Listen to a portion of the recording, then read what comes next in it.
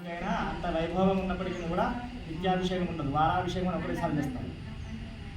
వారంలో ఒక్కసారి మాత్రమే చేస్తారు. విగ్రహానికి అభిషేకం లేదు. పూస్తారు, కడుగుతారు, అంతవరకు అభిషేకం అనేది ఉండదు. అభిషేకం అనేది అది స్నానం వరకే.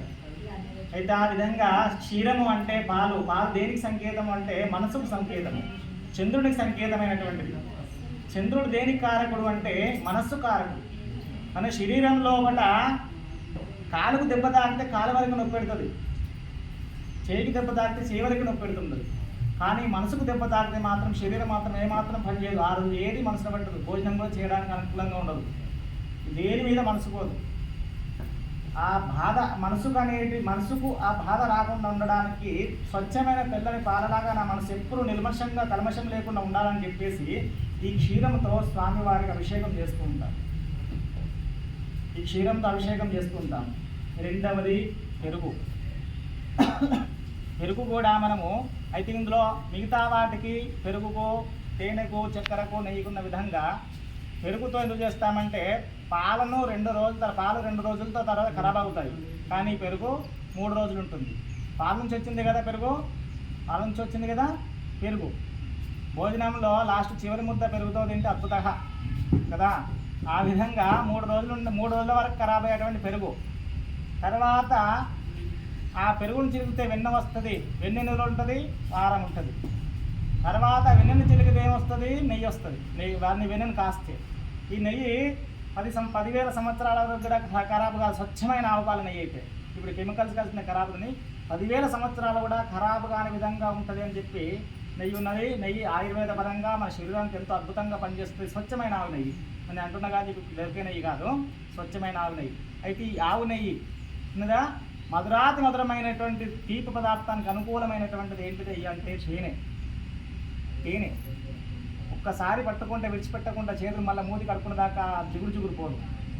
అంత ప్రేమ కలిగి ఉంటుంది, ఒకరికొకరు అనుసంధానమైనటువంటిది. ప్రకృతి సిద్ధంగా నిర్మితమైనటువంటి ఆ తేనెను మరియు తర్వాత వచ్చేసి స్వీటుకు నిరూపంగా తీపి. ఈ తీపి వేరు, ఆ తీపి వేరు. ఇందులో కూడా 2 ఉన్నాయి. పెరిగితే అవసర నిమిత్తం మాట్లాడే తీపి వేరు, ప్రేమతో మాట్లాడే తీపి వేరు.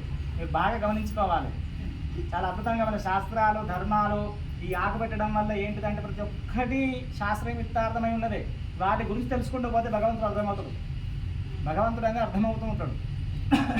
మనం తెస్తున్నామా, వస్తున్నామా, పోసేస్తున్నామా, అయ్యగారు పెట్టుకున్నాడట అంటే కాదు, పక్క వాళ్ళు పెట్టుకున్నామే కాదు. దాని గురించి తెలుసుకోవాలి. ఈ ఆకు ఎందుకు పెట్టాలి, దీని మీద ఈ కేడు ఎందుకు రాయాలి, ఇది ఎందుకు పెట్టాలి, ఈ స్వామికి ఎందుకు పెట్టాలంటే కొన్ని విషయాలు తెలుసుకోవాలి.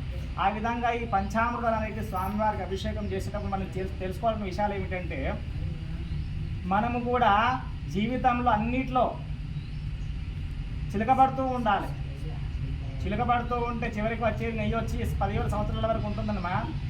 మనం చిలకబడుతూ అంటే పుట్టినప్పటి నుంచి 5 సంవత్సరాలు, 3 సంవత్సరాల నుంచి 5 సంవత్సరాల నుంచే పిల్లలకు కష్టము సుఖమని నేర్పిస్తే 20 సంవత్సరాలు వచ్చే వరకు వాళ్ళకి అన్ని కష్ట సుఖాలు, అన్ని విద్యలకు అధిష్టానం అయిపోతారు. 20 సంవత్సరాల తర్వాత వాళ్ళు బ్రతికేయడానికి శక్తి వస్తుంది. కానీ ఇప్పుడేం జరుగుతుంది తెలుసా అండి, 20 సంవత్సరాల వరకు కూడా అధ్యాయంగా పెంచుతున్నాం. తర్వాత కష్టపడే బాధకి ఎవరు బాధ్యులు అవుతున్నాం? మనమా కాదా? అపురూపమైన ప్రేమలో ఇవ్వాలి. ప్రేమ అంటే పిల్లలంటే ప్రేమ ఉండాలి, కానీ అపురూపమైన ప్రేమ ఉండకూడదు. 5 సంవత్సరాలు దాటితే తండ్రికి అన్నగారు అంటారు, సేవకుడిగానే ఉండాలని. తండ్రికి సేవకుడిగానే కొడుకు ఉండాలని సంస్కృతంలో ఉన్నది. 5 సంవత్సరాల వయసు నుంచి రాణి రుద్రమాదేవి గారు 5 సంవత్సరాలకు యుద్ధం చేశారు. 100 ఏనుగులను సంపాదించిన చరిత్రలు ఉన్నాయి మనకు. అటువంటి స్థితి ఉన్న వాళ్ళని ఇప్పుడు మనం చిన్నపిల్లల నుంచి పెట్టే పదార్థం తిండి ద్వారా కావచ్చు, దేని ద్వారా కానీ పిల్లలు పిల్లగానే ఉంటున్నారు. 5 కాదు 10 సంవత్సరాలు వచ్చినా నాకు పిల్లవాడు, ఇంకా 20 సంవత్సరాలు వచ్చినా కూడా బయట పోయి వాడు ఏదో పని చేసేస్తాడు. తల్లి దగ్గరికి వచ్చేసరికి అమ్మో మా కొడుకు ఏమీ తెలియదు, వాడు చేసే పనులు చాలా చేస్తున్నాడు అంటే ఆ విధంగా పెంచుతున్నారు పిల్లల్ని. ఈ పాలు, పెరుగు, చక్కెర, తేనె పోసేటువంటి విధానంలో ఇంత అద్భుతమైన పదార్థాలు